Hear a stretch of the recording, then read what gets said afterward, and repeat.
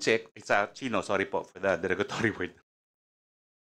Minsan po kasi nung ako'y nasa gobyerno, nagreklamo sa akin yung mga residente na isang subdivision sa Parañaque, trinifer ko sa OIC na NBI, at ginagamit daw ang isang residential house bilang pogo.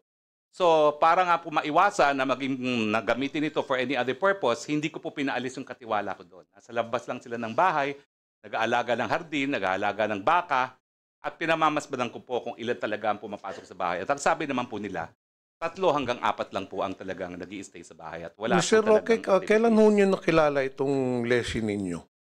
Well, actually ako po, na-meet ko siya sa LA, kailan lang po.